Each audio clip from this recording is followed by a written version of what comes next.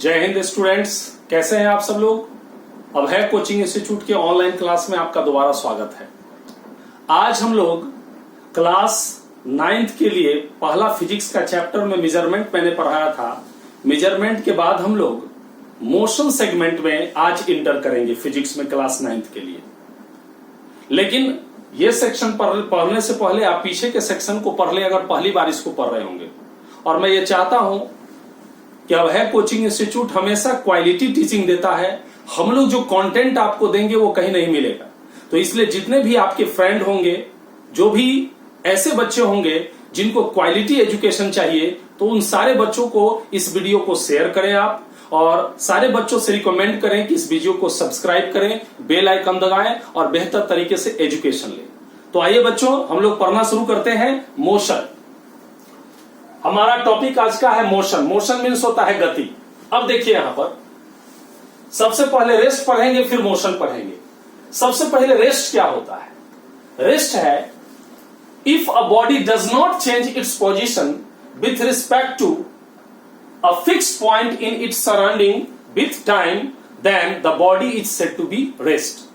Suppose that ये दीवार है या ये बोर्ड है। ये बोर्ड हम एक बॉडी है और ये बोर्ड हमारे बगल में क्या है, एक फिक्स है। क्योंकि बोर्ड आपको हिल डोल नहीं रहा है, ये फिक्स पोजीशन पर है। हम लोग इधर उधर मूव कर सकते हैं, लेकिन ये फिक्स पोजीशन पर कौन है? बोर्ड है। अब बोर्ड के रिस्पेक्ट में, बोर्ड हमारे सराउंडिंग में है, इसके रिस्पेक्ट में अगर हम पोजीशन चेंज नहीं करते हैं तो हम क्या कहलाएंगे? रेस्ट में। जैसे अब हम टाइम देखना शुरू कर दिए। यस, अब मान लिया जाए बोर्ड और हमारे बीच का डिस्टेंस मान लिया जाए 1 मीटर है, तो 0 सेकेंड में भी 1 मीटर, 1 सेकेंड में भी डिस्टेंस क्या है? 1 मीटर, 2 सेकेंड में भी 1 मीटर। यानी हमारा और इस बोर्ड के बीच का पोजीशन का जो डिस्टेंस है वो 1 मीटर ही बना हुआ है। यानी हम इससे मूव नहीं कर रहे हैं, तो हम कहेंगे कि हम क्या है? रेस्ट में है। यानी हम पोजीशन चेंज नहीं कर रहे हैं। लेकिन अगर ये बोर्ड है, फिक्स पॉइंट है, लेकिन हम इधर उधर क्या कर रहे हैं? मूव कर रहे हैं। यस और नो? इस तरीके से मूव कर रहे हैं, तो क्या हो गया? हमारा पोजीशन क्या हो रहा है? चेंज हो रहा है। तो पोजीशन जब चेंज होगा तो हम कहेंगे कि हम लोग किस में आ गए? मोशन में आ गए। यानी यदि फिक्स पॉइंट के इर्द गिर्द, यानी कोई फिक्स पॉइंट है, अगर पोजीशन आप चेंज नहीं करते हैं तो कहलाता है रेस्ट में, और अगर पोजीशन चेंज करते हैं तो कहलाता है मोशन में। आप यहां भी देख सकते हैं, जैसे मान लिया जाए ये फिक्स पॉइंट है, ये आपका फिक्स पॉइंट है। यस, अब ये एक बॉडी ए है, यहां से यहां तक का डिस्टेंस जो है मान लिया जाए 10 मीटर है। कितना मीटर है साहब? 10 मीटर है। यस और नो? अब t0 यानी अभी शुरू हुआ समय, तब भी इसके बीच का डिस्टेंस कितना है? 10 मीटर ही है। जब टाइम 1 सेकेंड हो गया तब भी डिस्टेंस कितना है? 10 मीटर ही है। टाइम 2 सेकेंड हो गया तब भी डिस्टेंस 10 मीटर ही है। टाइम 3 सेकेंड हो गया तब भी डिस्टेंस 10 मीटर ही है। टाइम तो रुकेगा नहीं, टाइम तो बढ़ते रहेगा। यस और नो? समय बीतते रहेगा। लेकिन इसका पोजीशन जो है, ए का पोजीशन किससे? ये कोई रिफरेंस फिक्स पॉइंट है, इससे हमेशा 10 मीटर बना हुआ है। इसका मतलब ये बॉडी क्या है? रेस्ट में कहा जाएगा। यस और नो? और ठीक उल्टा मान लिया जाए इस ए पोजीशन में t0 सेकेंड में इसका 10 मीटर है। t सेकेंड जब 1 सेकेंड हो गया तो मान लिया जाए 20 मीटर डिस्टेंस हो गया। 2 सेकेंड हो गया, मान लिया 15 मीटर डिस्टेंस हो गया। यानी ये मूव करना चालू कर दिया, तो उसको हम लोग क्या कहेंगे? मोशन में। सिंपल तौर पर आप सीधे कहिए कि यदि कार रुकी हुई है रोड पे तो वो क्या है? रेस्ट में है। क्योंकि रोड और कार के बीच का आप देखेंगे कि पोजीशन चेंज नहीं हो रहा है, लेकिन जैसे ही कार मूव करना चालू कर दिया तो क्या देखेंगे कि वो आगे निकल रहा है। यानी उसकी पोजीशन टाइम के साथ क्या हो रही है? चेंज हो रही है, बदल रही है। तो उसको हम क्या कहेंगे? मोशन में कहेंगे। ये सुनो, ये सिंपल टर्म था, ध्यान दीजिएगा। अब यहां पर सवाल उठता है कि जिस पॉइंट के रिफरेंस में आप किसी बॉडी के पोजीशन का पता करते हैं कि वो मूव कर रहा है कि नहीं कर रहा है, तो उस पॉइंट को बोलते हैं हम लोग रिफरेंस पॉइंट। जैसे हमने बताया, यहां बोर्ड आपको बताया, मैं बॉडी हूं और वो पॉइंट कौन सा है? बोर्ड है। बोर्ड के रिस्पेक्ट में हम अपने पोजीशन को चेंज करते हैं तो हम मोशन में कहे जाएंगे, और अगर हम पोजीशन में को चेंज नहीं करते हैं तो हम किस में कहे जाएंगे, रेस्ट में कहे जाएंगे। तो ये बोर्ड जो है, जो फिक्स पॉइंट जिसके रिस्पेक्ट में हम अपने पोजीशन का पता करते हैं, तो उस पॉइंट को क्या बोला जाता है, रेफरेंस पॉइंट कहा जाता है। यस और नो। उसके बाद रेस्ट और मोशन दोनों रिलेटिव टर्म है। दुनिया में कोई भी चीज या तो रेस्ट में होगा या तो मोशन में होगा। यस और नो। अभी हम रुके हुए हैं तो रेस्ट में है, और ऐसे मूव कर दिए तो मोशन में। तो दो ही चीज होगा, या तो मोशन में होगा या रेस्ट में। जब बॉडी रेस्ट में होगा तो मोशन में नहीं होगा, और जब मोशन रुकेगा तो बॉडी किस में आ जाएगा, रेस्ट में आ जाएगा। यस और नो। दूसरी चीज है कि इस दुनिया में कोई भी चीज कंप्लीट रेस्ट में नहीं है। जैसे मैंने अभी बताया कि ये बोर्ड रेस्ट में, या हम ऐसे रुके हुए हैं तो हम किस में है, रेस्ट में हैं। लेकिन आपको पता है कि अर्थ भी मूव कर रही है। यस। तो हम लोग किस पर हैं, अर्थ पर हैं। तो जब अर्थ ही मूव कर रही है तो हम लोग भी क्या कर रहे हैं, मूव कर रहे हैं। तो हम लोग दिख नहीं रहे हैं, लेकिन हम लोग भी किस में हैं, मोशन में हैं। यस। लेकिन हम मोशन में हैं, लेकिन इस बॉडी के रिफरेंस में हम किस में हैं, रेस्ट में है। यस और नो। ठीक है।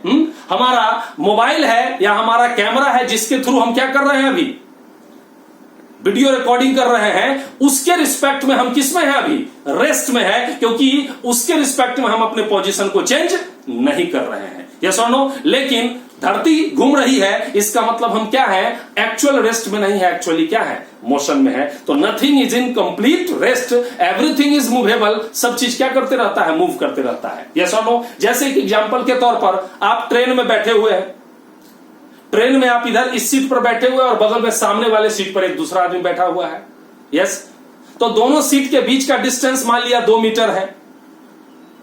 तो इस स्टेशन पर भी बैठा हुआ आदमी तो 2 ही मीटर है, और अगले स्टेशन पर भी कितना है, 2 ही मीटर है, दोनों के बीच का डिस्टेंस। यस और नो। तो उस दृष्टिकोण से दोनों किस में है, रेस्ट में है। लेकिन बात करेंगे जब ट्रेन खुलती है, ट्रेन चल रही है, लेकिन दोनों आदमी एक दूसरे के रिस्पेक्ट में रेस्ट में है, लेकिन बाहर जो पैर आपको पीछे छूटता जा रहा है, उस पैर के रिस्पेक्ट में ट्रेन क्या है, मोशन में, और हम लोग क्या है, मोशन में है। यस और नो। ठीक है, इसको नोट डाउन कर लें।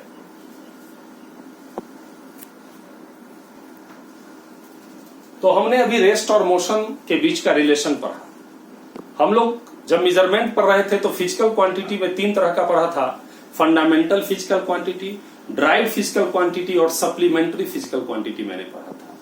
लेकिन आज मैं फिजिकल क्वांटिटी के एक नया क्लासिफिकेशन के बारे में पढ़ाऊंगा, और आप सुने होंगे वो क्लासिफिकेशन है वेक्टर और स्केलर। कैसा हो, ध्यान से देखेंगे आप।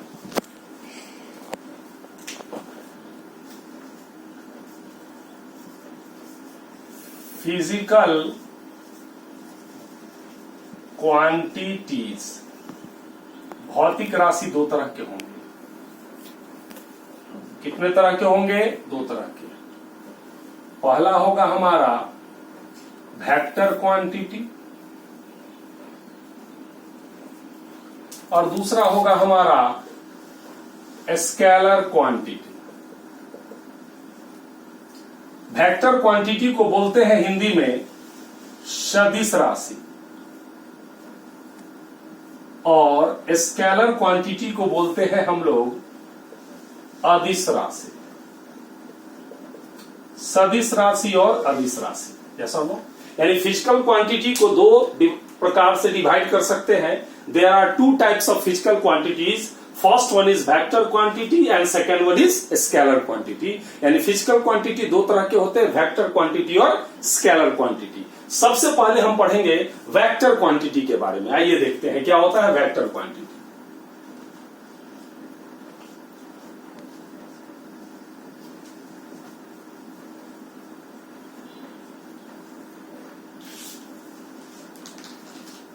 वेक्टर क्वांटिटी, देखिए, वैसा फिजिकल क्वांटिटी जिसमें मैग्नीट्यूड और डायरेक्शन दोनों होता है उसे बोला जाता है वेक्टर क्वांटिटी। या वैसा फिजिकल क्वांटिटी जिसको डिस्क्राइब करने के लिए मैग्नीट्यूड और डायरेक्शन दोनों की जरूरत पड़ती है उसे बोला जाता है वेक्टर क्वांटिटी, यानी सदिश राशि। मैग्नीट्यूड माने परिमाण और डायरेक्शन माने दिशा, यानी जिसको रिप्रेजेंट करने के लिए परिमाण और दिशा दोनों चीज की आवश्यकता होती है उसे सदिश राशि कहते हैं हम लोग। तो हमारा होगा डिफिनीशन, यहां क्या होगा वेक्टर क्वांटिटी का, तो लिखेंगे हम लोग दोज फिजिकल क्वांटिटी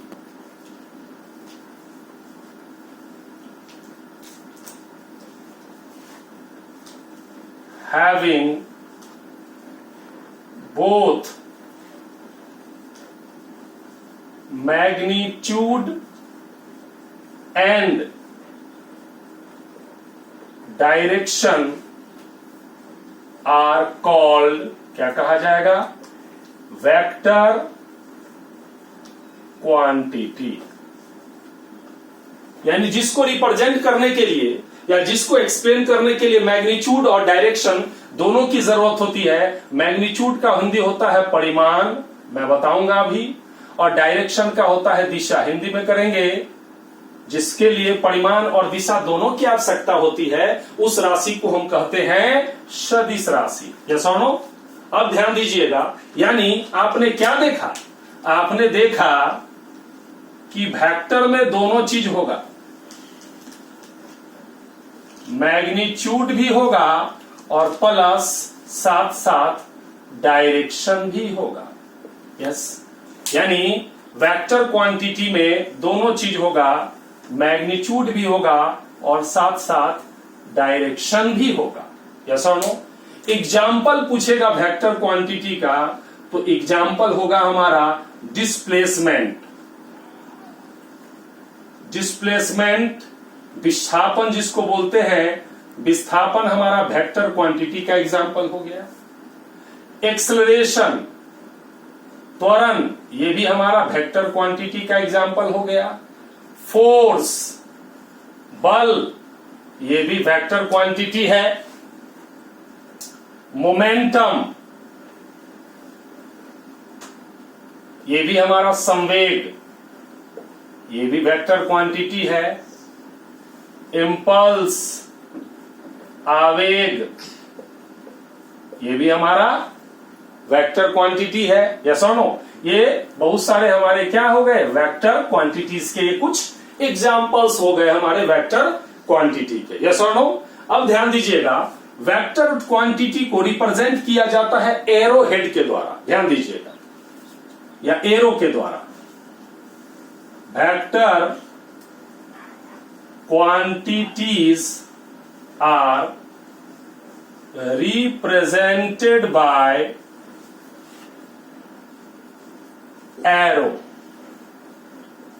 ये तीर का निशान के द्वारा वेक्टर क्वांटिटी को रिप्रेजेंट किया जाता है। जैसे ध्यान से देखेंगे यहां पर, जैसे वेलोसिटी, यहां डिस्प्लेसमेंट एक वेलोसिटी भी एग्जांपल लिख लीजिए। वेलोसिटी यानी वेग भी किसका उदाहरण है, हमारा वेक्टर क्वांटिटी का। तो वेलोसिटी हुआ, यस, ये वेलोसिटी हम जानते हैं कि वेलोसिटी हमारा क्या है, वेक्टर क्वांटिटी है। तो वेलोसिटी को भी लिख देंगे और ऐसे तीर का निशान दे देंगे तो ये साफ पता हो जाएगा क्या कि कौन सा क्वांटिटी है, हमारा वेक्टर क्वांटिटी हो गया। यस, फोर्स को हम कैसे लिखेंगे, देखिए फोर्स को सिंबल F लिखेंगे, ऊपर तीर का निशान दे देंगे तो क्या हो जाएगा, हमारा वेक्टर क्वांटिटी हो जाएगा। यस, रिप्रेजेंट करना होता है। मोमेंटम हमारा है, मोमेंटम का P सिंबल होता है और तीर का निशान दे दिए तो ये हो गया हमारा रिप्रेजेंटेशन किसका, वेक्टर क्वांटिटी का। यानी एरो के द्वारा जहां भी अगर ये भी केवल लिखा हुआ है तो ये हमारा स्पीड बताएगा, इसलिए स्पीड बताएगा क्योंकि इस पर तीर का निशान नहीं है, यानी ये स्केलर है। लेकिन जैसे ही भी पर ऐसे आ गया तो ये हमको वेलोसिटी बताएगा, क्योंकि वेलोसिटी कौन सा क्वांटिटी है, वेक्टर क्वांटिटी है। इस चीज को आप ध्यान से समझेंगे। अब ध्यान दीजिएगा, जो एरो होता है उसमें ध्यान से समझना है, इंपॉर्टेंट चीज है यहां पर।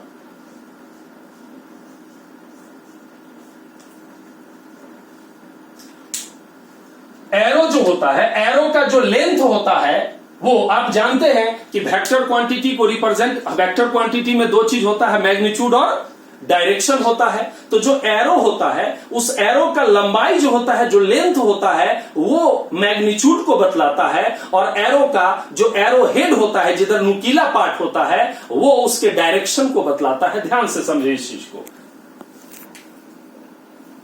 लेंथ ऑफ एरो, एरो की लंबाई जो है वो बतलाता है मैग्नीट्यूड को, वेक्टर के मैग्नीट्यूड को बतलाता है। और एरो हेड, एरो का जो हेड होता है वो आपको डायरेक्शन बतलाता है वेक्टर का। जैसे आप इसको देखें, अगर ये इस तरीके से यहां पर है,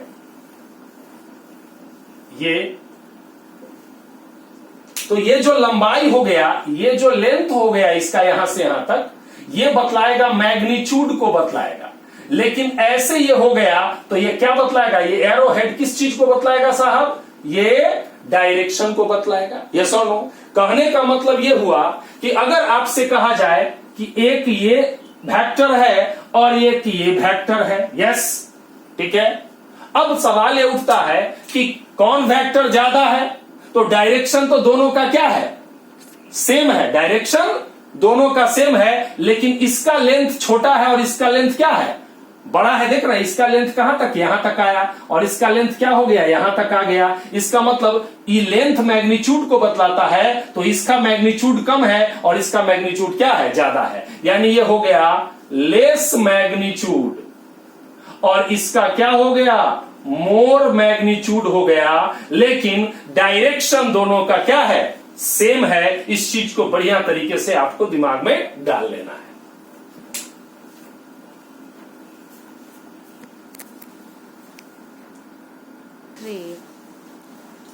अब वेक्टर में नेक्स्ट पॉइंट क्या है, इसको समझिए। मैंने बताया कि एरो हेड, एरो के लेंथ जो है वो मैग्नीट्यूड को बतलाएगा और एरो का जो हेड है वो डायरेक्शन को बतलाएगा। ध्यान दीजिएगा, यानी वेक्टर में दो चीज होता है, मैग्नीट्यूड और डायरेक्शन होता है। एक चीज को ध्यान से समझेंगे आप, बहुत इंपॉर्टेंट कॉन्सेप्ट है आपके लिए। कॉन्सेप्ट क्या है, बहुत बार लोग इस बात से कंफ्यूज होते हैं कि मैग्नीट्यूड क्या है सर, मैग्नीट्यूड किसे कहते हैं। तो ध्यान दीजिएगा, ये मैग्नीट्यूड जो है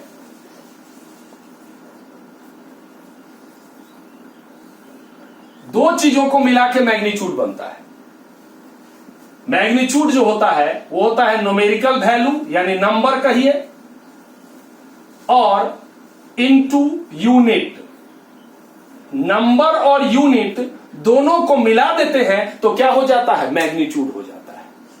जैसे आप देखिए 4 है, 4 एक नंबर है, यस, और इसमें न्यूटन लगा दीजिए फोर्स का, तो ये क्या बतलाया, ये मैग्नीट्यूड हो गया। क्या हो गया साहब, मैग्नीट्यूड हो गया। किसका, फोर्स का क्या हो गया, मैग्नीट्यूड हो गया। यस, जैसे 10 है तो 10 एक नंबर है, लेकिन 10 में आप लगा दीजिए मीटर पर सेकेंड, तो ये 10 है तो मैग्नीट्यूड नहीं है, केवल नंबर है, लेकिन इसके साथ यूनिट लगा दिया आपने तो ये क्या हो गया, मैग्नीट्यूड हो गया। किसका, स्पीड या वेलोसिटी जो ले लीजिए उसका मैग्नीट्यूड हो गया। Yes, clear? तो मैग्नीट्यूड समझ में आया, यानी मैग्नीट्यूड किसको मिला के बनता है, नंबर और यूनिट दोनों को एक साथ ले लेते हैं तो मैग्नीट्यूड बन जाता है। यस और नो? ठीक है, तो आपने पढ़ा है अभी कि वेक्टर में मैग्नीट्यूड भी होता है और डायरेक्शन भी होता है। यस, तो हम ये लिख सकते हैं ना, इस मैग्नीट्यूड के जगह पर हम लिख सकते हैं कि नंबर होता है, यूनिट होता है, और साथ में क्या होता है, डायरेक्शन, क्योंकि नंबर और यूनिट दोनों मिला के क्या हो गया, मैग्नीट्यूड हो गया। यस, ठीक है, तो ध्यान दीजिएगा।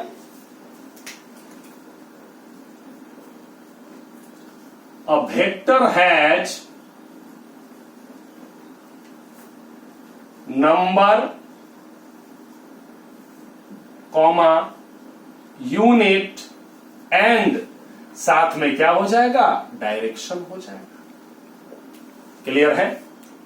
और ये जो दोनों है नंबर और यूनिट, ये दोनों क्या है साहब, ये मैग्नीट्यूड हो गया। यस, यानी अ वेक्टर हैज नंबर और यूनिट मिला के क्या बोल देंगे, मैग्नीट्यूड एंड डायरेक्शन, और उसी को मैंने अलग अलग कर दिया, नंबर और यूनिट मिला के क्या कर दिया, मैग्नीट्यूड बना दिया, और उसको फिर अलग कर दिया। ठीक है, ध्यान दीजिएगा, जैसे से समझिए इस चीज को। फोर्स को ले लेते हैं, 40 न्यूटन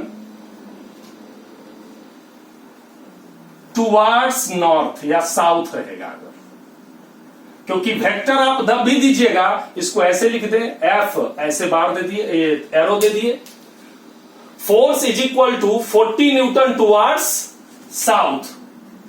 यानी ये जो बल लग रहा है वो 40 न्यूटन लग रहा है, किस तरफ, साउथ की ओर लग रहा है। अब यहां आप क्या देखते हैं कि ये जो 40 न्यूटन है, यस, ये क्या है, इसका मैग्नीट्यूड है, और ये साउथ हमारा क्या है साहब, ये हमारा डायरेक्शन है। यानी आपने यहां बेहतर तरीके से समझा कि वेक्टर में मैग्नीट्यूड भी होता है और साथ ही साथ क्या होता है, डायरेक्शन भी होता है। अब ध्यान दीजिएगा नेक्स्ट पॉइंट, वेक्टर जो है वो पॉजिटिव भी हो सकता है, नेगेटिव भी हो सकता है और जीरो भी हो सकता है वेक्टर। ध्यान दीजिएगा, a vector may be positive, negative और जीरो। पॉजिटिव भी हो सकता है, नेगेटिव भी हो सकता है और जीरो भी हो सकता है। जैसे आप वेलोसिटी ले लें तो ये 10 मीटर पर सेकेंड, ये पॉजिटिव हो गया। वेलोसिटी हो सकता है -10 मीटर पर सेकेंड भी हो सकता है, तो ये क्या हो गया, नेगेटिव। और वेलोसिटी हमारा जीरो भी हो सकता है, यानी वेक्टर पॉजिटिव, नेगेटिव और जीरो भी हो सकता है। ध्यान दीजिएगा, a vector can not be added by simple arithmetic rule. Simple arithmetic, सामान्य अंक गणित के नियम द्वारा वेक्टर को ऐड नहीं किया जा सकता है। इट हैज अ स्पेशल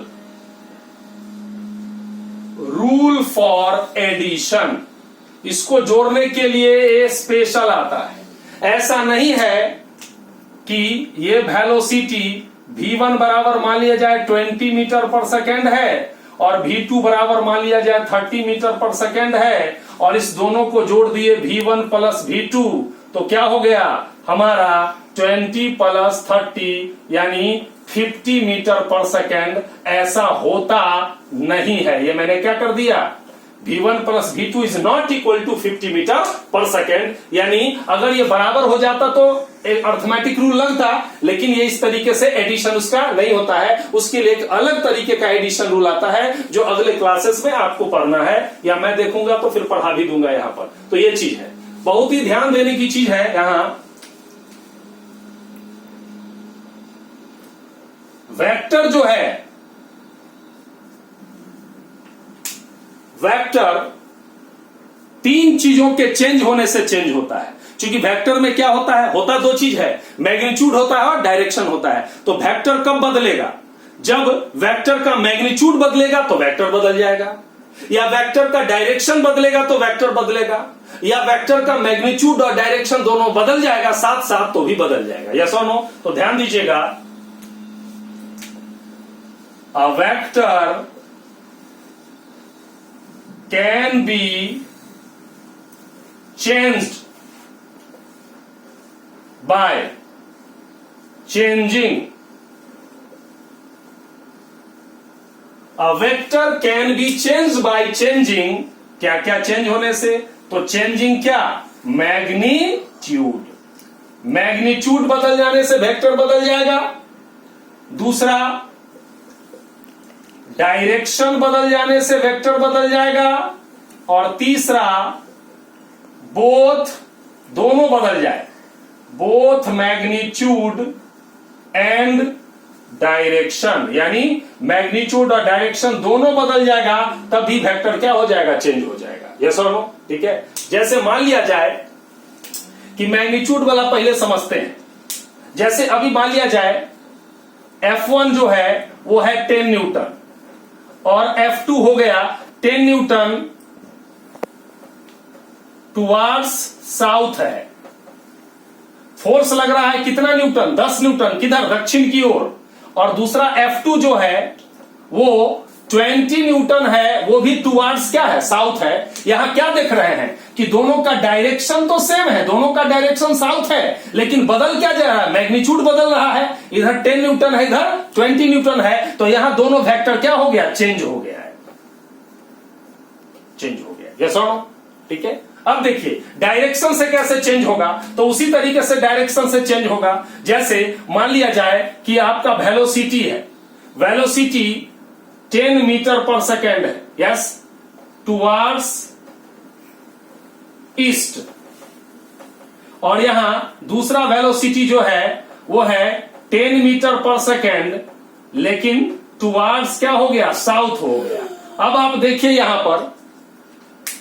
पर क्या है, दोनों का मैग्नीट्यूड तो क्या है, दोनों का सेम है, लेकिन इसका डायरेक्शन ईस्ट है और इसका डायरेक्शन क्या है, साउथ है। तो डायरेक्शन बदल जाने से ये दोनों वेक्टर क्या हो गया, चेंज हो गया हमारा। यस और नो?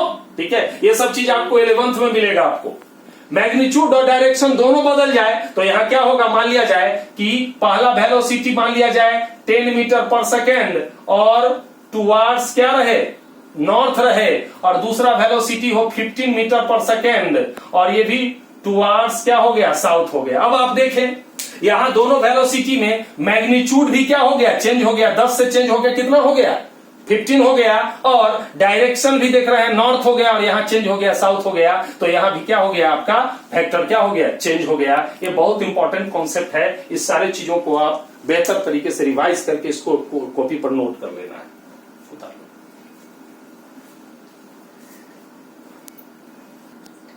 वेक्टर में ही आगे हम लोग पढ़ते हैं। जनरली हम लोग 4 डायरेक्शन ही जानते हैं। डायरेक्शंस यानी दिशाएं, 4 दिशाएं ही जानते हैं, north, south, east, west. Yes, ध्यान से समझेंगे आप। लेकिन 4 दिशाओं के बाद भी कुछ दिशाएं हैं, इसको ध्यान से समझिएगा। जब भी आप ड्रॉ करेंगे कॉपी पर, तो डायरेक्शन किस तरीके से मेंशन किया जाता है। सबसे ऊपर नॉर्थ लिया जाता है, सबसे ऊपर क्या होता है, नॉर्थ, नॉर्थ माने उत्तर। नीचे क्या होगा आपका, नॉर्थ का उल्टा क्या होगा, साउथ। राइट साइड में ईस्ट होता है, पूरब, और लेफ्ट साइड में क्या होता है, वेस्ट होता है। ये 4 डायरेक्शंस होते हैं। ऊपर नॉर्थ, नीचे साउथ, राइट में ईस्ट, लेफ्ट में वेस्ट। लेकिन आप एक चीज का ध्यान दें कि अगर इधर है तो नॉर्थ बोलेंगे, इधर है तो ईस्ट बोलेंगे, लेकिन इधर भी तो डायरेक्शन हो सकता है, इधर भी तो जा सकता है। तो ऐसे कंडीशन में हमारा ये डायरेक्शन क्या होगा, इस डायरेक्शन में दोनों की ओर आ गया ना, ये नॉर्थ की ओर भी जा रहा है और ईस्ट की ओर भी जा रहा है। यस, तो इसीलिए इस डायरेक्शन का नाम होगा नॉर्थ ईस्ट। क्या होगा, नॉर्थ ईस्ट। यस, सेम अगर ये डायरेक्शन ऐसे हो तो यहां क्या देख रहे हैं, नॉर्थ भी जा रहा है, वेस्ट भी जा रहा है, इसलिए इसका डायरेक्शन का नाम क्या हुआ, नॉर्थ वेस्ट। अगर इधर जा रहा है तो कौन डायरेक्शन होगा, इधर वेस्ट में भी जा रहा है और साउथ में भी जा रहा है, इसलिए इसका नाम पड़ा, इस डायरेक्शन का नाम पड़ा साउथ वेस्ट। और अगर ये इधर जा रहा है तो इसका डायरेक्शन का नाम क्या पड़ेगा, साउथ ईस्ट पड़ेगा, इसलिए क्योंकि ये साउथ की ओर भी जा रहा है और ईस्ट की ओर भी जा रहा है। तो टोटल डायरेक्शंस हमारे कितने हो गए, टोटल डायरेक्शंस यहां 8 हो गए, लेकिन टोटल डायरेक्शंस 10 होता है। अगर देखा जाए तो ऊपर और नीचे भी ले लेंगे तो टोटल डायरेक्शंस कितने हो गए, 10 हो गए। यस और नो? ऐसे गए तो मान लिया जाए ईस्ट है तो इधर वेस्ट, इधर नॉर्थ, इधर साउथ, इधर इधर इधर इधर, लेकिन ऊपर और नीचे भी तो डायरेक्शन होगा, तो टोटल डायरेक्शंस हमारे 10 हो जाते हैं। अब ध्यान दीजिएगा, अभी जो पढ़ेंगे हम लोग बहुत इंपॉर्टेंट टॉपिक है हमारा। हेडिंग है हमारा ग्राफिकल रिप्रेजेंटेशन ऑफ वेक्टर। ये पूछता है आपसे, ग्राफिकल रिप्रेजेंटेशन ऑफ वेक्टर्स। ध्यान दीजिए, क्वेश्चन से हम लोग इसको समझेंगे। क्वेश्चन क्या है, ड्रॉ या रिप्रेजेंट फोर्स बराबर 20 Newton towards south east graphically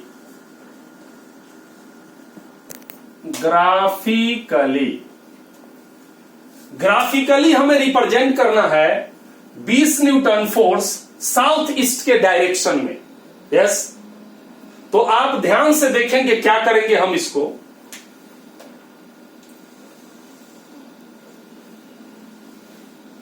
हम इस तरीके से जो मेन 4 डायरेक्शन है उसको ले लेंगे। ये नॉर्थ है हमारा, ये साउथ है, ये ईस्ट है और ये हमारा क्या है, वेस्ट है। यस, हमको दिया हुआ किधर है साहब, साउथ ईस्ट में दिया हुआ है, तो साउथ ईस्ट मतलब इस डायरेक्शन में होगा। यस, इस पॉइंट को हम ओरिजिन मानेंगे। आपको यह पता है, मैं पहले बता चुका हूं कि वेक्टर को रिप्रेजेंट किया जाता है एरो के द्वारा, और एरो का जो लेंथ होता है वो वेक्टर के मैग्नीट्यूड को बतलाता है। यस, तो आप देखें इस फोर्स का मैग्नीट्यूड कितना है साहब, 20 न्यूटन। यानी एरो कैसा बनाना है, एरो का लेंथ ऐसा होना चाहिए जो 20 न्यूटन हो। अब ये 20 न्यूटन हम कैसे एरो का लेंथ ले लेंगे, तो ध्यान दीजिएगा, मैप में क्या होता है, आप स्केल ले लें। मान लिया जाए आप एक स्केल ले लेते हैं और स्केल में 1 सेंटीमीटर को हम लोग मान लें कितना, 4 न्यूटन। आप कुछ भी मान सकते हैं। 1 सेंटीमीटर कितना, ये स्केल लिख देंगे। स्केल में 1 सेंटीमीटर 4 न्यूटन के क्या है, बराबर है। यानी हम अगर 1 सेंटीमीटर, जैसे मान लिया जाए ये 1 सेंटीमीटर हुआ तो ये 4 न्यूटन के बराबर हुआ। यस, तो अगर 2 सेंटीमीटर, ये 1 सेंटीमीटर और हो गया तो क्या हुआ, 4 न्यूटन और हो गया। यस, 8 न्यूटन हो गया। इसका मतलब 1 सेंटीमीटर हमारा 4 न्यूटन है, तो हमको 20 न्यूटन चाहिए, तो कितना सेंटीमीटर खींचना पड़ेगा, 5 सेंटीमीटर खींचना पड़ेगा, क्योंकि 1 सेंटीमीटर बराबर 4 न्यूटन, तो 5 सेंटीमीटर बराबर 20 न्यूटन। तो पहले आप क्या करें, यहां से ये ओरिजिन से आप 5 सेंटीमीटर का क्या कर लें, एक लाइन सेगमेंट खींच लें। और ये देखें, देखिए यहां 1 centimetre, 2 centimetre, 3 centimetre, 4 centimetre, 5 centimetre. Yes और नो। अब ये 5 पुड़ गया, ये देखिए 1 centimetre 4 newton, 4 newton, 4 newton, 4 newton, 4 newton आ गया यहां पर। और डायरेक्शन हमको पता है, अब कुछ नहीं करना है, केवल आपको यहां पर एरो हेड दे देना है और ये हमारा रिप्रेजेंट हो गया ग्राफिकली F बराबर 20 न्यूटन टुवार्ड्स साउथ ईस्ट। बड़े आराम से। अगर यहां पर रहता 20 न्यूटन के जगह रहता 20 न्यूटन के जगह रहता अगर 25 न्यूटन, तो आप स्केल में क्या करते, 1 सेंटीमीटर बराबर 5 न्यूटन ले लेते। तो 1 सेंटीमीटर बराबर 5 न्यूटन, तो 25 सेंटीमीटर खींचना है, तो 5 सेंटीमीटर लेंगे आप, तो 5 1 2 3 4 5 लेके आप कर दीजिएगा, आराम से बन जाएगा। इस तरह से इसको नोट डाउन कर लिया जाए। वेक्टर के बाद हम लोग अब स्केलर पढ़ने वाले हैं। स्केलर मतलब अदिश राशि। कौन सी राशि, अदिश राशि।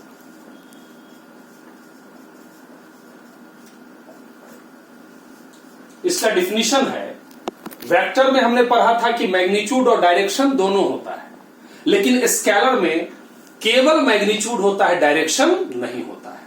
तो डिफिनीशन क्या हुआ कि those physical quantities which have only magnitude not the direction are called scalar quantities। यानी वैसे फिजिकल क्वांटिटी जिनके पास केवल मैग्नीट्यूड होता है, डायरेक्शन नहीं होता है, उन्हें कहा जाता है स्केलर क्वांटिटी। यहां देखें, स्केलर में ओनली मैंने क्या लिखा है, मैग्नीट्यूड, जबकि वेक्टर था तो उसमें मैंने मैग्नीट्यूड प्लस क्या लिखा था, डायरेक्शन लिखा था, लेकिन इसमें केवल मैग्नीट्यूड होगा। एग्जाम्पल में डिस्टेंस, स्पीड, एरिया, मास, डेंसिटी, प्रेशर, करेंट, ये भी क्या है हमारा स्केलर क्वांटिटी।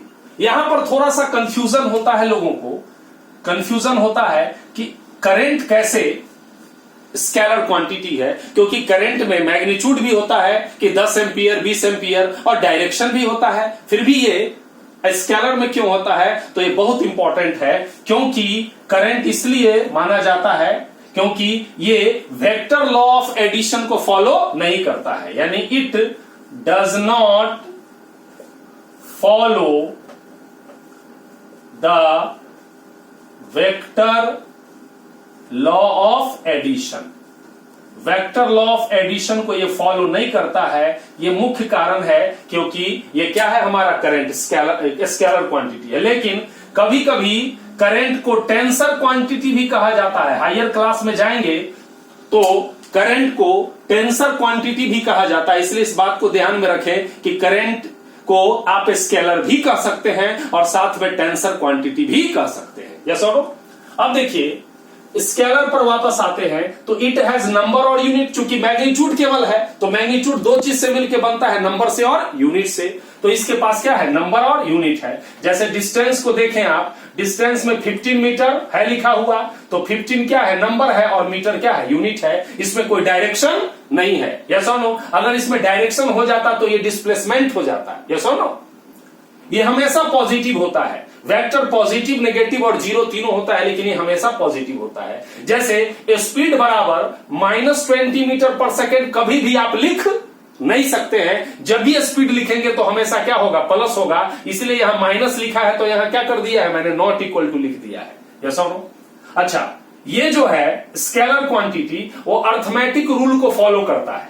जैसे मान लिया दो मास है, एक मास m1 है 20 kg और m2 हमारा क्या है 30 kg। यस और नो? तो जब दोनों मास को जोड़ेंगे m1 और m2 को, तो ये 20 + 30 बराबर 50 kg, ये हो जाएगा इसका एडिशन। लेकिन यदि यही आपको वेक्टर रहता तो इस तरीके से आप उसको जोड़ते नहीं, ये केवल स्केलर क्वांटिटी में ही होता है। यस और नो? तो इस तरीके से हमने वेक्टर और स्केलर दोनों के बारे में बेहतर तरीके से पढ़ लिया। अगर आपसे ये कहेगा कि right the differences between vector and scalar, तो जितने भी पॉइंट वेक्टर वाले मैंने दिए हैं वो वेक्टर की तरफ लिख देंगे, और जितने पॉइंट मैंने स्केलर वाले दिए हैं उसको स्केलर की तरफ आप लिख लेंगे। यस और नो? तो डिफरेंस ऑटोमेटिकली हो जाएगा। यस और नो? इसको नोट डाउन कर लिया जाए।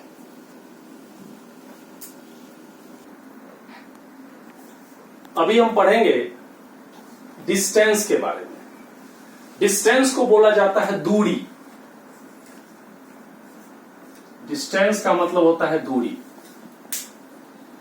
The actual length of path travelled by the body irrespective of the direction is called distance. यानी कोई बॉडी जब एक जगह से चलता है दूसरे जगह के लिए, तो वो किसी भी डायरेक्शन से चले, डायरेक्शन से कोई लेना देना नहीं, वो जैसे जैसे चलता है, वो जितना चलता है उस सारे जो तय किया उस सारे चीजों को अगर माप लेते हैं तो वो हम डिस्टेंस कहलाता है। जैसे आप इस चीज को समझिए, जैसे मान लिया जाए ये ए पॉइंट से कोई बॉडी चला बी पॉइंट तक, राइट? ठीक है, ये दूरी है यहां से यहां तक का है 10 मीटर, फिर ऐसे गया सी तक, ये मान लिया जाए 12 मीटर है, और फिर आया डी तक, ये मान लिया जाए 15 मीटर है। यस और नो? तो जर्नी शुरू किया कहां से, ये ए से, फिर ए से बी गया, बी से सी गया और सी से ए गया, यानी स्टार्ट किया ए से और खत्म किया डी। आप यहां देख रहे हैं कि यहां डायरेक्शन चेंज कर रहा है, लेकिन डिस्टेंस को इससे कोई लेना देना नहीं है कि डायरेक्शन चेंज हो रहा होगा।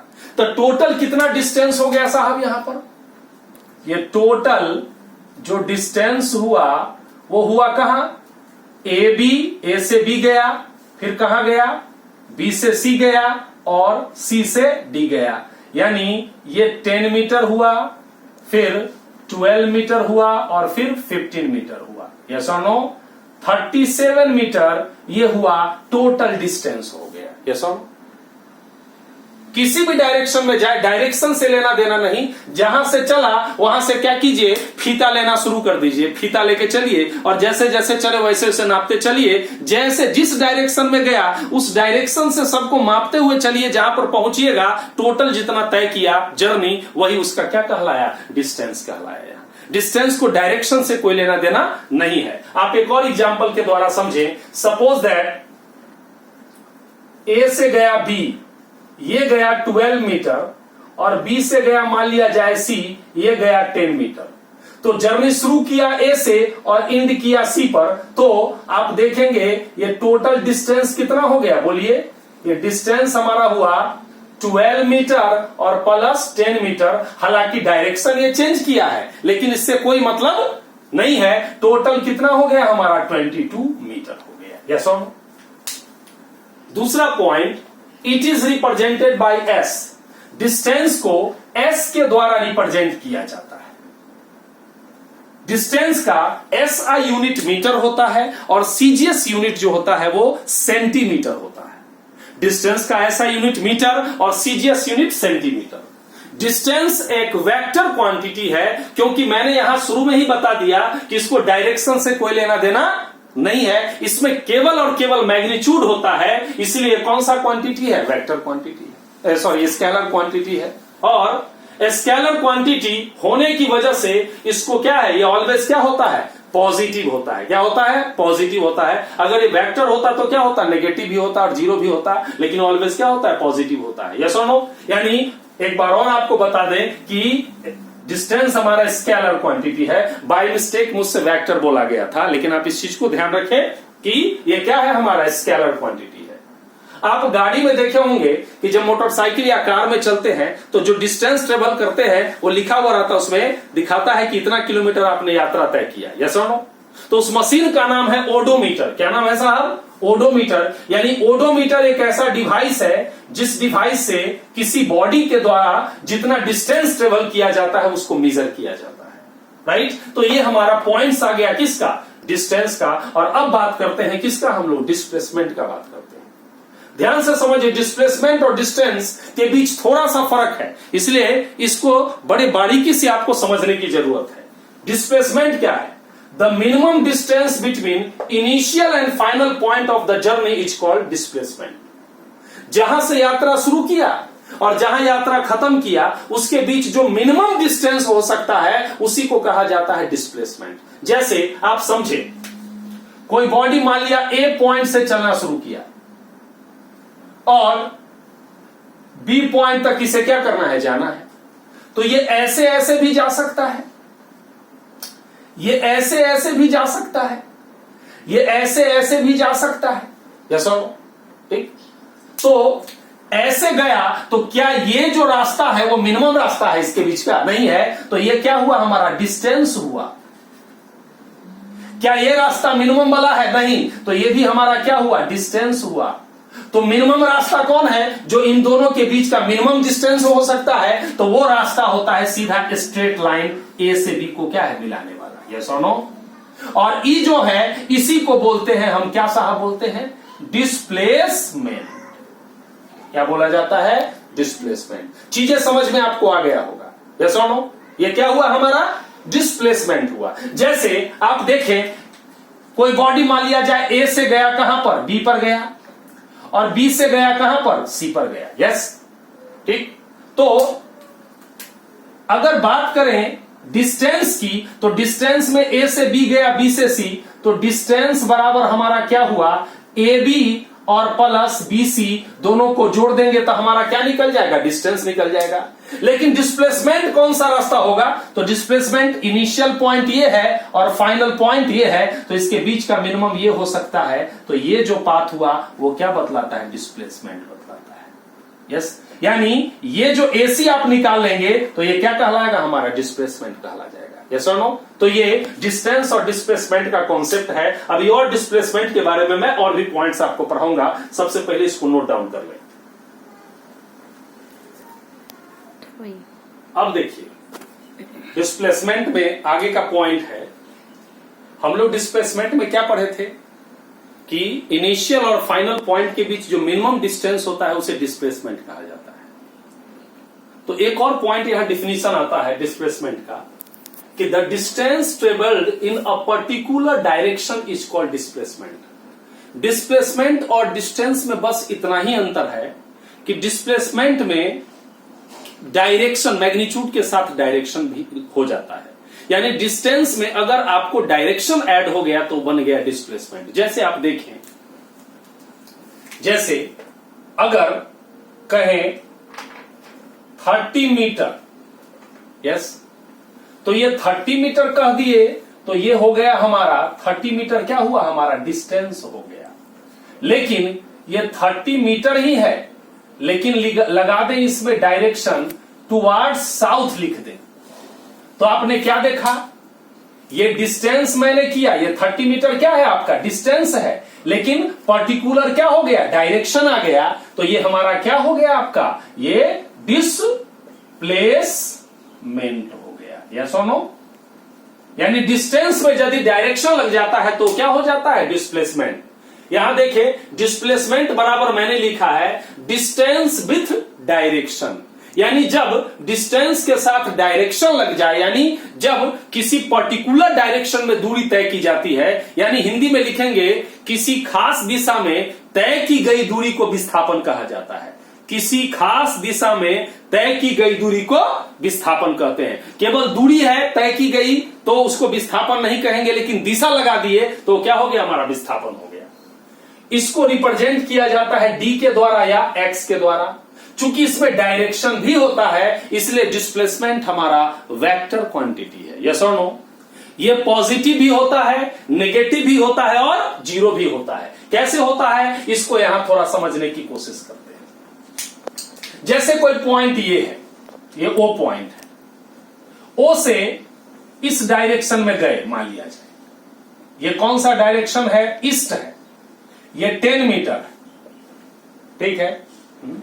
तो अगर हम डिस्प्लेसमेंट, डिस्प मतलब शॉर्ट में डिस्प्लेसमेंट टुवार्ड्स ईस्ट, तो ईस्ट के डायरेक्शन में इसका डिस्प्लेसमेंट क्या है, बोलिए 10 मीटर है, और इसका डायरेक्शन ये क्या होगा, पॉजिटिव होगा। क्यों? क्योंकि ईस्ट में ही जा रहा है, इसलिए क्या हुआ, पॉजिटिव हो गया। यस। लेकिन अगर इसी में रहेगा डिस्प्लेसमेंट टुवार्ड्स, अगर इसी में ईस्ट के जगह वेस्ट में कर दे, जा तो रहा है इधर ही, लेकिन अगर निकालना है डिस्प्लेसमेंट वेस्ट में, तो आप क्या कर देंगे, -10 मीटर लिखेंगे। याद रखिएगा, बहुत इंपॉर्टेंट पॉइंट है। गया उस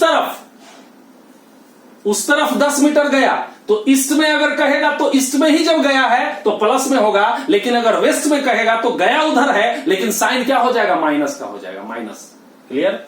लेकिन इसी में अगर कहेगा, यहां ध्यान दीजिएगा कि मान लिया जाए, मैंने क्या बोला, डिफिनीशन क्या कहता है डिस्प्लेसमेंट का, कि जहां से यात्रा शुरू किए और जहां यात्रा समाप्त किए उसके बीच का जो मिनिमम डिस्टेंस होता है उसे डिस्प्लेसमेंट बोलते हैं। सपोज दैट कोई बॉडी ए पॉइंट पर चालू किया, चलना शुरू किया, ए से गया बी, बी से गया सी, और सी से वापस फिर किस पे आ गया, बोलिए, सी से वापस ए पर आ गया। तो आपने क्या देखा, जर्नी शुरू भी किया कहां पर, ए पर, और जर्नी समाप्त भी किया कहां पर, ए पर। तो जहां से हम शुरू किए और वहीं पर वापस आ गए, तो दोनों के बीच का डिस्टेंस क्या हो गया, 0 हो गया। तो ऐसे कंडीशन में हमारा डिस्प्लेसमेंट क्या हो जाएगा, 0 हो जाएगा। याद रखें, यानी जहां से जर्नी शुरू किया अगर वहीं पर आ जाए और कहे आपको डिस्प्लेसमेंट निकालने के लिए, तो आंसर आप 0 डालेंगे। यस और नो? यानी डिस्प्लेसमेंट पॉजिटिव नेगेटिव 0 भी होता है। डिस्प्लेसमेंट का यूनिट मीटर होता है, एसआई यूनिट, और सीजीएस यूनिट सेंटीमीटर होता है। यस और नो? ठीक है। अब आप ध्यान दें, इस चीज को ध्यान से समझेंगे। कुछ क्वेश्चंस इससे रिलेटेड पूछा जाता है, इसको ध्यान से हम लोग को क्या करना है, समझना है। ध्यान दीजिएगा,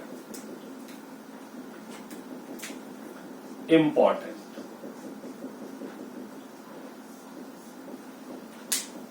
मान लिया जाए क्वेश्चन 1 में अगर कहे ऐसा कि कोई बॉडी ए से चलना शुरू किया, ए से कहां गया, बी गया, ये ए से बी गया, मान लिया जाए 8 मीटर गया, किस डायरेक्शन में, ईस्ट डायरेक्शन में, और वहां बी पर जाकर फिर नॉर्थ डायरेक्शन में गया, कितना, सी तक, कितना मीटर, 6 मीटर गया। तो कहेगा फाइंड, क्वेश्चन डालेगा फाइंड डिस्टेंस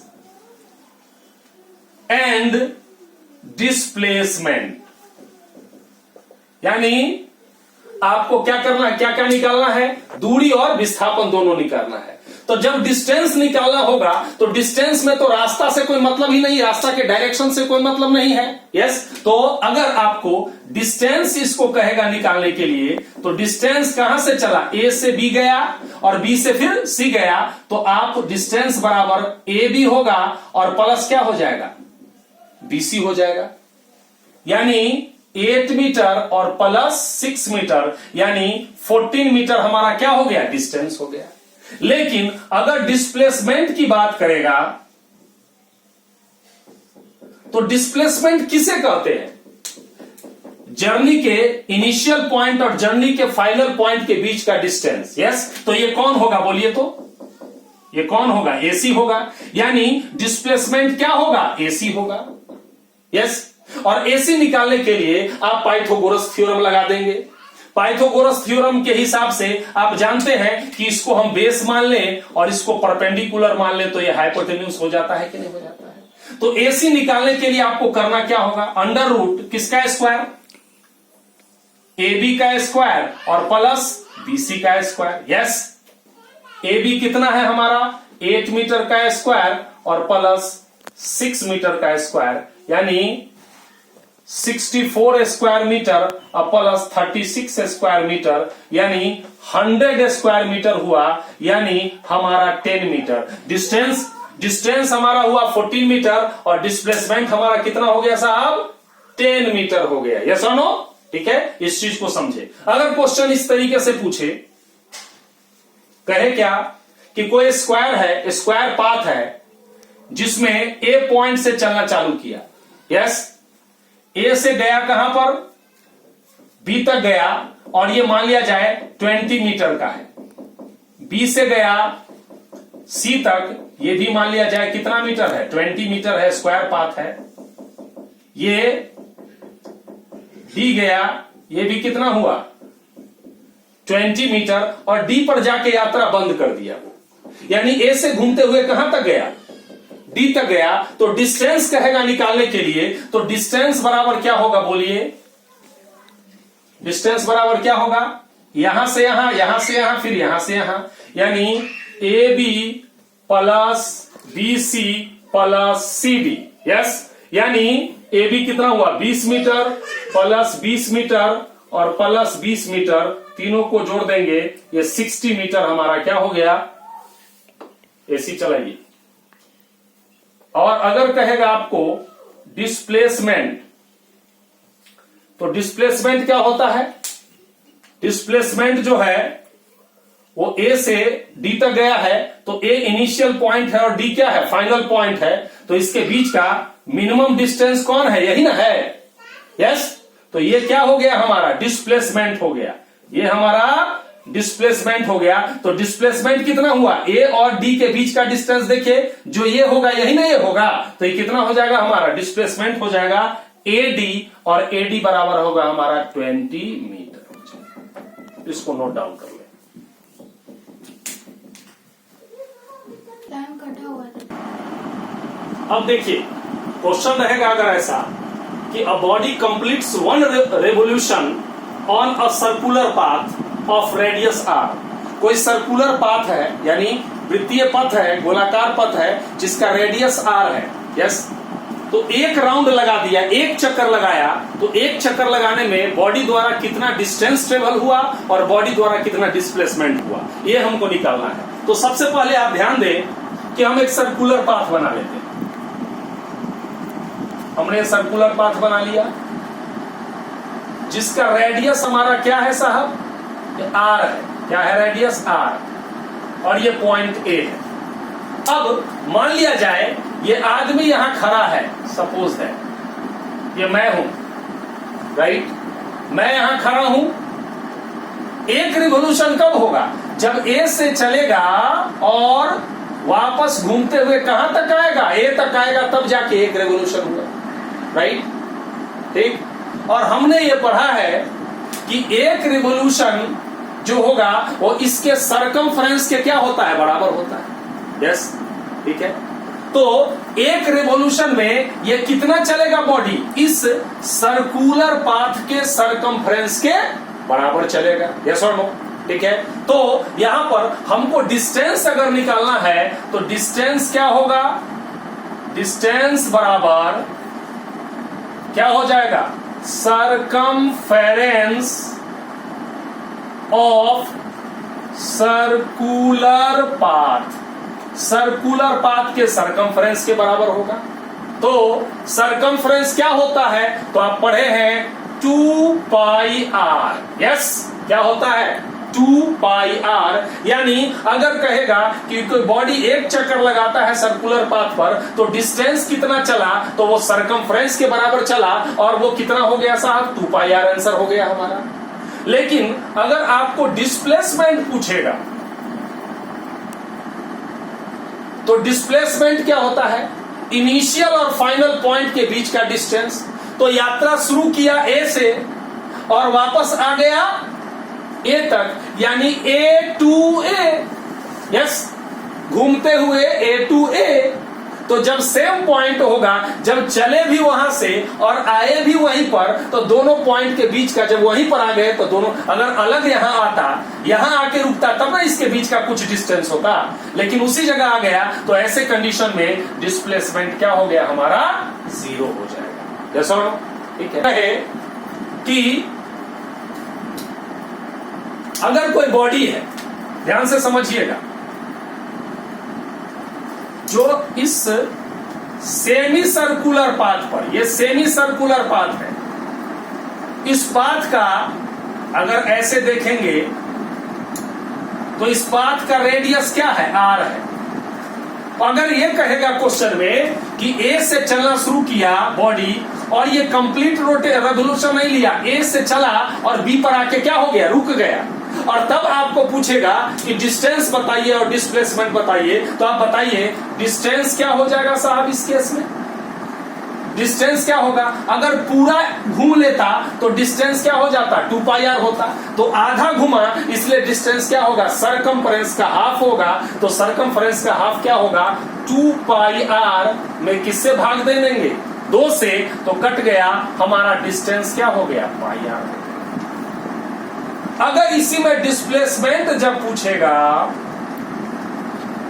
तो डिस्प्लेसमेंट तो होता है जहां से चला और जहां गया उसके बीच का मिनिमम डिस्टेंस। तो यहां ए से चला है और बी पर गया है, तो इसके बीच का मिनिमम डिस्टेंस कौन हो सकता है, ये हो सकता है, यस और नो। और ये क्या है, इस सर्कुलर पाथ का डायमीटर है, तो यहां से यहां गया आर और यहां से यहां गया आर, तो टोटल डिस्प्लेसमेंट हो गया आर प्लस आर बराबर क्या हो गया 2r। ये बहुत इंपॉर्टेंट क्वेश्चन है जो बराबर एग्जामिनेशन में पूछा जाता है, उतार इसको। अब देखिए, अगर मान लिया जाए कोई बॉडी ए से बी गया, बी से सी गया, सी से डी गया, तो यहां सेम चीज, अगर डिस्टेंस पूछेगा तो आप A B plus B C plus C D, A B plus B C plus C D जोड़ देंगे तो डिस्टेंस निकल जाएगा। लेकिन डिस्प्लेसमेंट क्या है, तो डिस्प्लेसमेंट चला ए से और गया कहां तक, डी तक, तो इसके बीच सीधा रास्ता कौन सा है, एडी है, तो एडी हमारा क्या हो गया, डिस्प्लेसमेंट। याद रखेंगे इस चीज। अब जब कोई बॉडी स्ट्रेट लाइन पर चलता है, जब कोई बॉडी सीधी रेखा पर चलता है तो उसमें जितना डिस्टेंस होगा उतना ही डिस्प्लेसमेंट होगा, यानी डिस्टेंस और डिस्प्लेसमेंट दोनों इक्वल होगा। ध्यान से समझे, मान लिया जाए ए से बी तक जाना, तो अगर ऐसे हुए घूमते हुए गया ये, राइट, और ऐसे, तो दोनों में इसको हम लोग डिस्टेंस बोलते हैं और इसको हम लोग क्या बोलते हैं, डिस्प्लेसमेंट बोलते हैं। तो जाहिर सी बात है ये जो दूरी होगा वो इससे थोड़ा सा क्या होगा, कम होगा।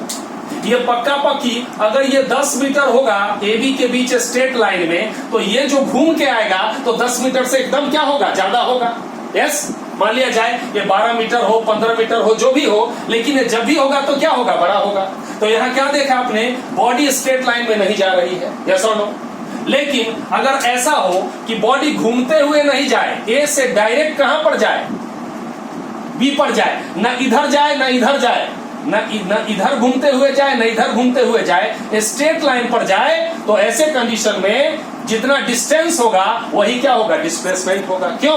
क्योंकि गया ही इस रास्ते पर, इसने तो रास्ता बदला ही नहीं। रास्ता बदलता तब तो डिस्टेंस अलग हो जाता, लेकिन ये तो रास्ता बदला ही नहीं, इसलिए क्या हो गया, अगर ये 10 मीटर गया, ए से गया कहां, 10 मीटर, ए से बी तक गया और ये 10 मीटर है, तो डिस्टेंस भी कितना हुआ, बोलिए 10 मीटर, और डिस्प्लेसमेंट भी कितना हुआ, 10 मीटर। लेकिन अगर ये घूम के ऐसे जाता तो क्या हो जाता, जैसे ही घूमेगा तो क्या होगा, डिस्प्लेसमेंट तो 10 मीटर रहेगा, लेकिन डिस्टेंस क्या हो जाएगा, बढ़ जाएगा। यस और नो? तो यहां आपने एक इंपॉर्टेंट चीज क्या देखा कि दो कंडीशन होगा, या तो डिस्टेंस डिस्प्लेसमेंट से के बराबर होगा, और ये बराबर कब होगा, जब बॉडी किस लाइन पर चलेगा, स्ट्रेट लाइन पर चलेगा, और जैसे ही स्ट्रेट लाइन से अलग हो जाएगा तो डिस्टेंस डिस्प्लेसमेंट से बड़ा हो जाएगा। याद रखिएगा, कभी भी डिस्टेंस डिस्प्लेसमेंट से छोटा नहीं होता है। डिस्टेंस या तो डिस्प्लेसमेंट के बराबर होगा या डिस्प्लेसमेंट से बड़ा होगा। डिस्प्लेसमेंट के बराबर तब होगा जब स्ट्रेट लाइन पर चलेगा, और डिस्प्लेसमेंट से बड़ा डिस्टेंस तब होगा जब स्ट्रेट लाइन पे नहीं चलेगा। अब यहां से एक बहुत ही इंपॉर्टेंट बात है, इसको ध्यान देना। यस, डिस्टेंस हमेशा बड़ा होगा किस, या डिस्टेंस, अगर डिस्टेंस बटा डिस्प्लेसमेंट का हम क्या लें, रेशियो लें, तो अगर ये दोनों बराबर होगा स्ट्रेट लाइन में, तो ये क्या होगा, 1 के बराबर हो जाएगा। यस, और दूसरा कंडीशन क्या हो सकता है, डिस्टेंस और डिस्प्लेसमेंट का रेशियो 1 से क्या हो सकता है, बड़ा हो सकता है। ये कब होगा, जब डिस्टेंस भी 10 मीटर और डिस्प्लेसमेंट भी 10 मीटर, तो दोनों को काटेंगे तो 1 हो जाएगा। लेकिन ये कब होगा, जब बॉडी किस लाइन पर चलेगा, स्ट्रेट लाइन पर चलेगा। किस पर चलेगा, स्ट्रेट लाइन पर चलेगा। लेकिन बॉडी अगर स्ट्रेट लाइन पर नहीं चलेगा तो डिस्टेंस बड़ा होगा और डिस्प्लेसमेंट छोटा होगा। तो मान लिया जाए डिस्टेंस 15 मीटर ले लिए और डिस्टेंस डिस्प्लेसमेंट 10 मीटर ले लिए, तो दीजिएगा तो 1 से बड़ा हो जाएगा कि नहीं हो जाएगा। तो इस दोनों इक्वेशन को अगर हम मिला लेते हैं तो हमारा एक शानदार आ जाता है इंफॉर्मेशन, और वो ये आता है, डिस्टेंस बटा में डिस्प्लेसमेंट या तो बड़ा होगा 1 से, या 1 के क्या होगा, बराबर होगा। डिस्टेंस और डिस्प्लेसमेंट का रेशियो 1 के बराबर होगा या 1 से बड़ा होगा, 1 से छोटा कभी भी नहीं होगा। तो ये हमारा कॉन्सेप्ट आपको मैंने दिया आज डिस्टेंस और डिस्प्लेसमेंट के बारे में। उम्मीद करते होंगे कि आपको बेहतर तरीके से समझ में आया होगा। इसके आगे की कड़ी हम लोग अगले क्लास में पढ़ेंगे। तब तक के लिए thank you, God bless you, जय हिंद।